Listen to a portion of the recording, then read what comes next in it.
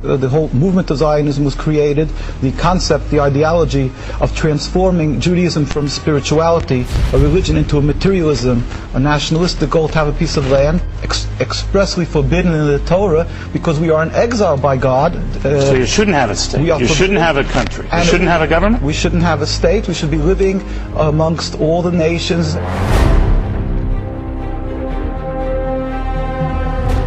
The Jews had many sects, they have many sects among themselves. Among the famous ones are the Sadducees and the Pharisees. However, all the other sects have phased out, they cease to exist, and the Pharisees have emerged as the sole rulers over the Jews in terms of political leadership, religious leadership, economic leadership. The Pharisees are the most extreme of all these Jewish sects, and they have phased out. All the other sects have phased out, and the Pharisees have emerged as the sole leadership, the only leadership, unchallenged leadership that the Jews have, past and present.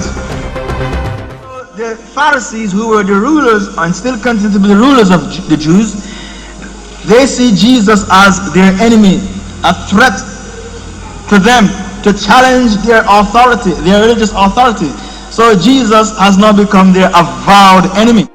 When Jesus came on the scene, his reaction was to bitterly denounce this counterfeit tradition. Christ said the Pharisees, by their tradition, had made the law of God of none effect. He considered the Pharisees the most dangerous leadership Israel ever had. In 70 AD, Jerusalem was destroyed by the Romans. Although Jewish sects such as the Sadducees now disappeared, the Pharisees emerged with even greater power over the Jewish people. The Jewish Encyclopedia describes the new role of the Pharisees. With the destruction of the temple, the Sadducees disappeared altogether, leaving the regulation of all Jewish affairs in the hands of the Pharisees. Henceforth, Jewish life was regulated by the Pharisees. The whole history of Judaism was reconstructed from the Pharisaic point of view. Pharisaism shaped the character of Judaism and the life and thought of the Jew for all of the future. In 135 AD, all Jews were expelled from Palestine. The Pharisees led most Palestinian Jews in a mass migration back to Babylon. The majority of Jews were already in Babylon and had been since the time of Nebuchadnezzar 600 years earlier. Yet around 140 AD, Babylon became the acknowledged land of refuge for world Jewry. For another 1,000 years, Judaism flourished in Babylon under the leadership of the Pharisees. Great academies of the rabbis were established and thousands of new laws formulated. There, those same Pharisees who killed Jesus Christ remained the undisputed rulers of Judaism.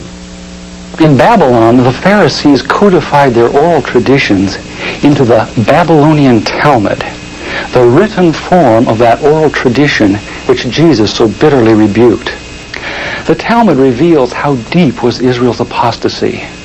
In her beginning, God gave the Hebrews the loftiest, the most upright literature and ethics the world has ever known. Yet when they turned their backs on him, they produced the Talmud, a work which has aptly been called a monument to human folly. The Talmud also helps us understand the basis for Christ's unflattering descriptions of the Pharisees. Jesus described the Pharisees as hypocrites, children of hell, blind guides, whited sepulchres, full of dead men's bones. He even described the Pharisees as children of their father the devil, a murderer from the beginning. The Talmud confirms Christ's words.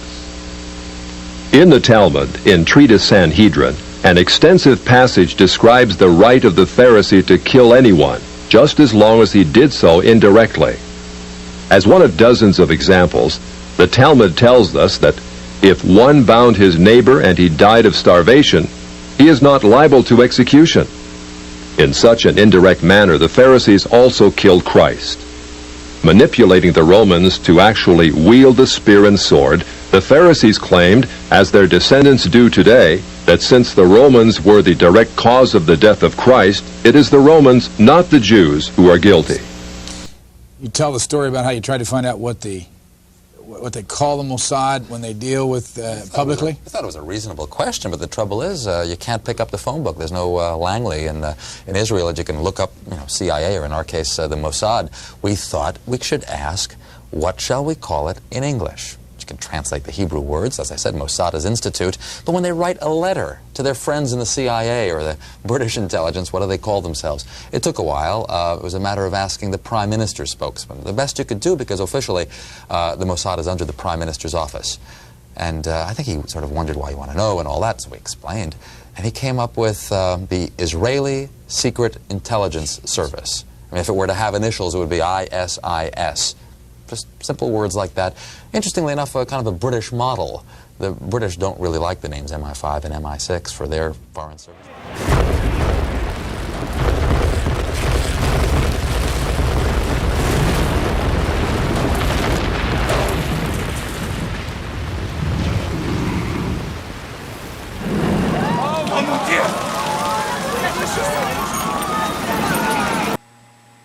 It has been more than 16 years since a civilian working for the Navy was charged with passing secrets to Israel.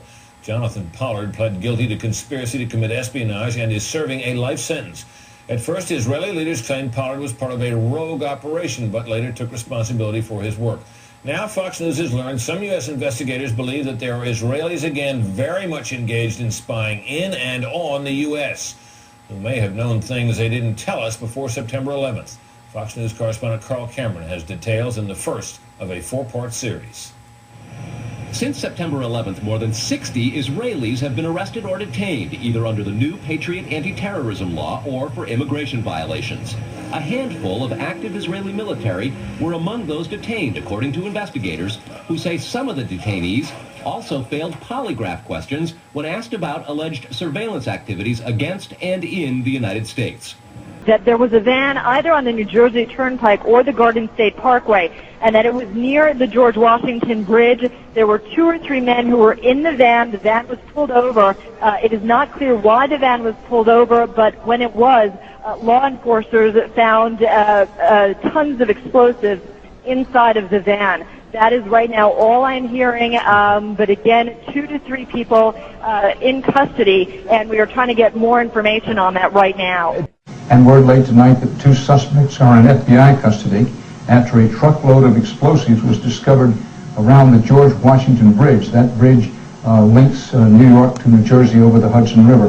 Whether the discovery of those explosives has anything to do with other events today is unclear, but the FBI has 2 suspects in hand, said the truck load of explosives, enough explosives were in the truck to do great damage to the George Washington Bridge. But they arrested the 2 suspects and they're questioning them as we speak.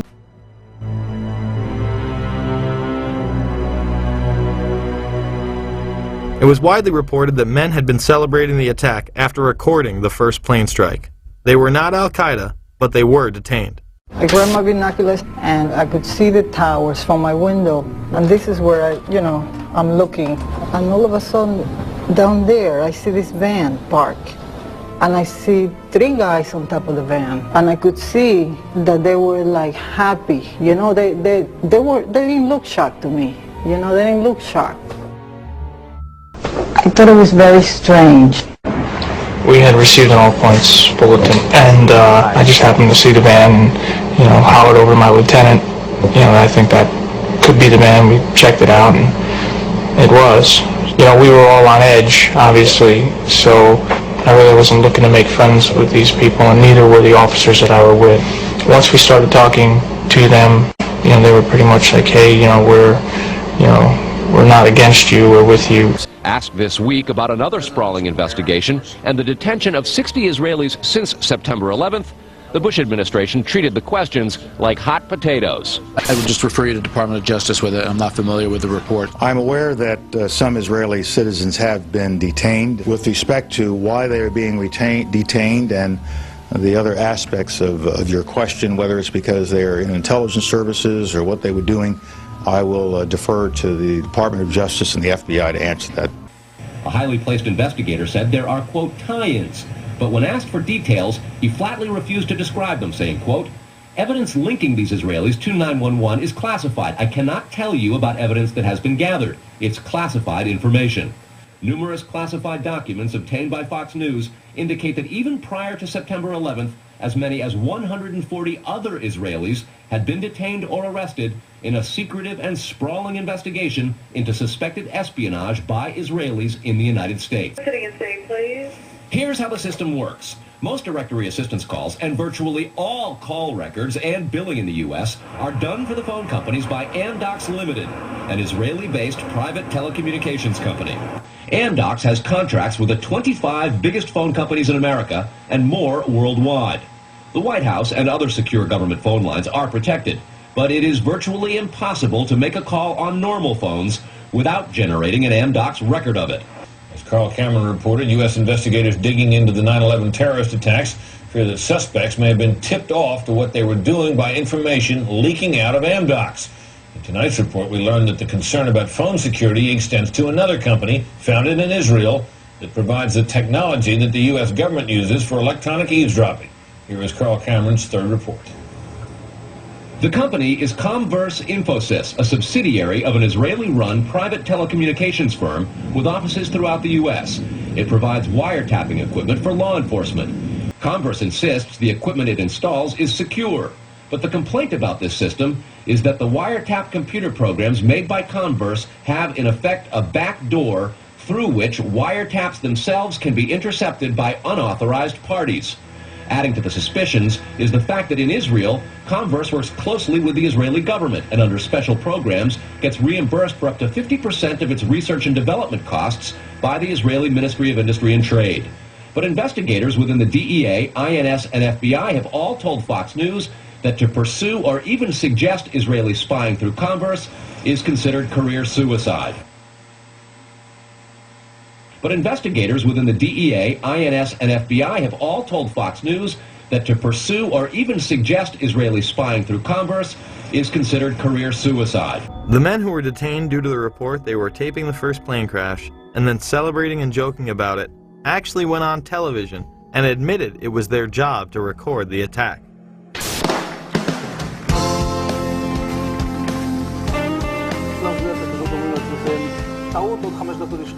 And at that point, we were taken for another round of questioning, this time related to our allegedly being members of Mossad. The fact of the matter is, we are coming from a country that experiences terror daily. Our purpose was to document the event. How could they have known about the attack? And who sent them to document it? The evidence points to a large intelligence network inside the United States that had teams on the ground, such as the ones recording the attack, and electronic surveillance teams gathering information. So what can we make of all this? For big picture analysis, we also turn to former CIA operative and chief of the Bin Laden unit, Michael Scheuer. Michael, it's always a pleasure. Welcome back to Freedom Watch. Thank you, Judge. And so let me ask you this. Who would want to create the impression that we need to engage in military activity, which a lot of the neocons demanded before the ink was even dry on this criminal complaint, against Iran? Oh, the only people that would benefit from that would be the Israelis and the Saudis. And I think if I was looking at a counterintelligence operation to decide where this information came from, I'd be very interested to see if I could find an Israeli hand or a Saudi hand. Because in the long run, Judge, both Israel and Saudi Arabia are much more dangerous enemies to the United States than the Iranians are. The Iranians are a third-rate military power that we could handle very easily. But, you know, the Congress is crazy for war with Iran. Listen to Senator Graham and Senator McCain and Joe Lieberman. They're owned by the Israelis. The Saudis are very influential. So when you look at these kind of things, you have to ask, who would benefit from the war?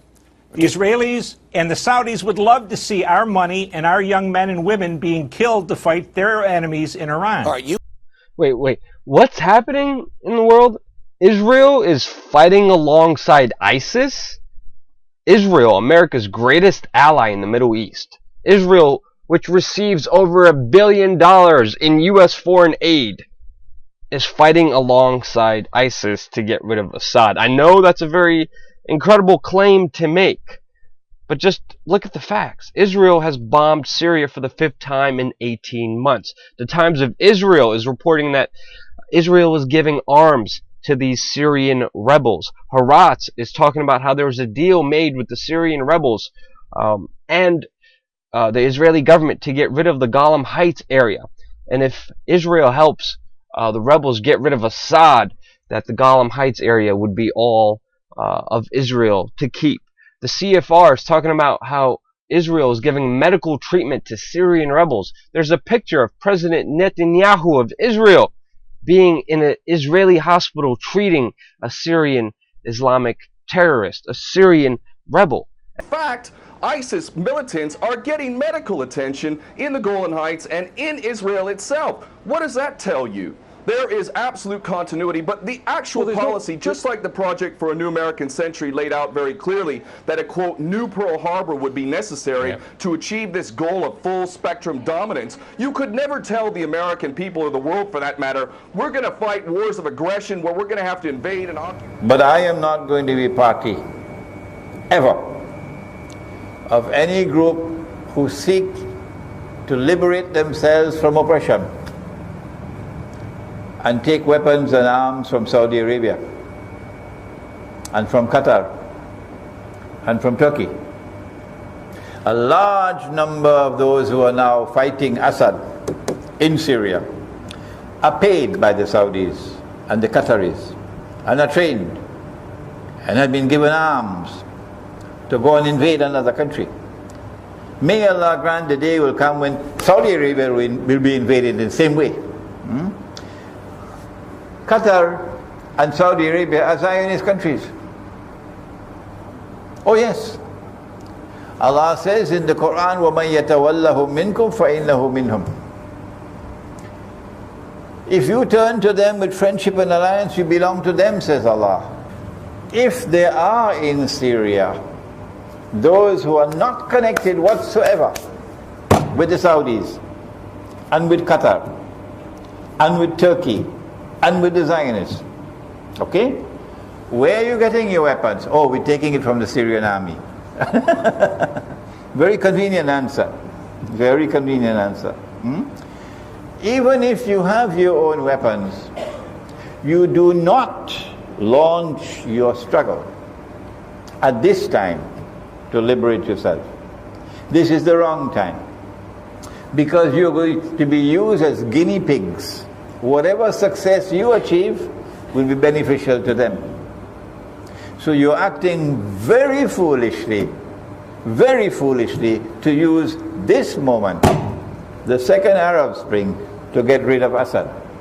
Choose a different time, not a time when Saudi Arabia and Qatar and the Zionists are sending men into Turkey armed with weapons and financed by them and trained by them.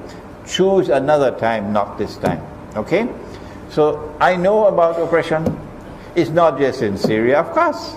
There's more oppression in Saudi Arabia. How many of them going to Saudi Arabia to liberate Saudi Arabia? There's a certain inconsistency. I'm very worried about getting involved in a new war in Syria. And people say, well, Assad is such a bad guy. He is. But on the other side, we have Al-Qaeda and now Nusra. And then they say there are some pro-Western people, and they say, oh, we're going to vet them. Well, apparently we've got a senator over there who had a picture taken with some kidnappers, so I don't know how good a job we're going to do vetting those who are going to get the arms. So there's two ironies you have to overcome if you want to get involved in the war in Syria. The first irony is you will be allied with Al-Qaeda. The second irony is most of the Christians are on the other side. So you may be arming Islamic rebels who may well be killing Christians. We are where we are because we are where we are because we armed the Syrian rebels. We have been fighting alongside Al-Qaeda, fighting alongside ISIS. ISIS is now emboldened in two countries. But here's the anomaly. We're with ISIS in Syria. We're on the same side of the war. So those who want to get involved to stop ISIS in Iraq are allied with ISIS in Syria. That is the real contradiction to this whole policy. Right, and many of you. And again, remember the occult significance of the word ISIS. It's an Egyptian goddess and deity that is a favorite of the occult mysteries and secret societies that run this planet. So it's no coincidence here, this terrorist so-called extremist group called ISIS. And what do we have here? Is it also merely a coincidence, merely coincidental, that there's a contractor, U.S. government, called ISIS? Yes. Oh, coincidence, I'm sure. ISIS provides worldwide security, intelligence, technology, and training to government and private enterprises. Our Washington, D.C. office is located in Ronald Reagan Building. We are dedicated to supporting our national defense and security departments, as well as government contractors and private business, with mission-critical services performed by highly skilled experts in their fields. Interesting.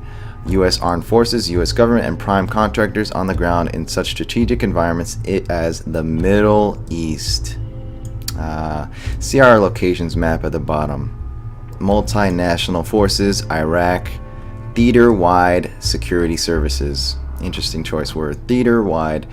Department of Defense, DOD. Anything else in Iraq? Sure. Iraqi voting legislature. Personal protective services, Iraq Coalition for Peace. Client, contract, supported organization. As you can see, now you know who is really ISIS, who is really... That ISIS, just like Al-Qaeda, was created by the CIA. They trained them in Jordan.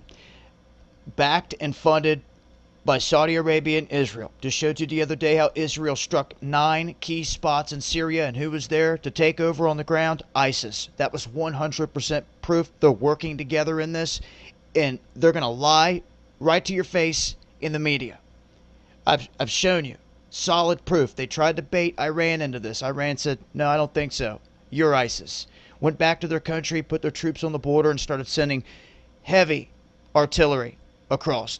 They've been flying drones, sending 140 tons of military equipment per day.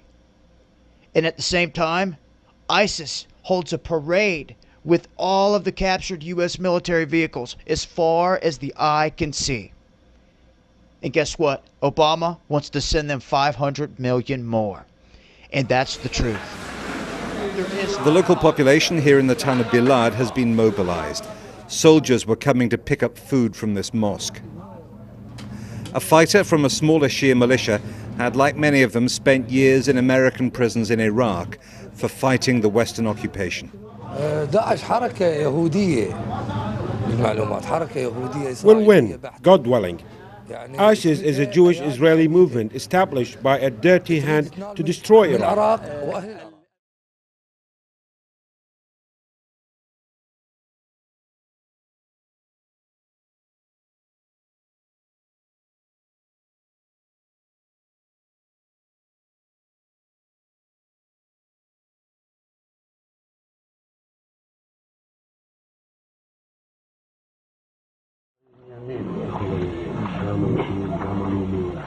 בזמן שישראל לאחרונה ניתצו כמה עניינים.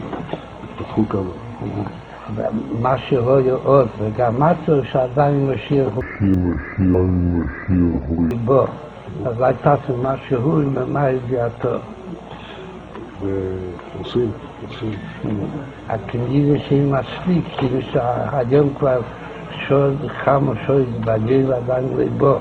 אבל יש עוד כמה שעות, אבל יש להשתדל גם היום, בבשורות טובות. יש שמחה וטוב לבוא. כדי שחסידים מקפידים שכל מנוי את שמחה. בשורות טובות, הצלחה רבה. Does it not make you a bit uncomfortable that the Christian right here in America, which backs Israel fervently, really does so because they think Jesus is going to return? Many of them believe he will do so in their lifetime. And when Jesus returns, he must return to whence he came. And what he's going to do when he gets there, basically, is convert all the Jews or kill them. Well, you know, let's argue about that point when it happens, right? But... only plan likely to bring tranquility, freedom, and justice to the region. The one-state solution, in which the entire Middle East is given to the Jews. That's right. The one-state solution is a proposal of genius that would not only help the Palestinians, but would instantly achieve the noblest goals of the so-called Arab Spring.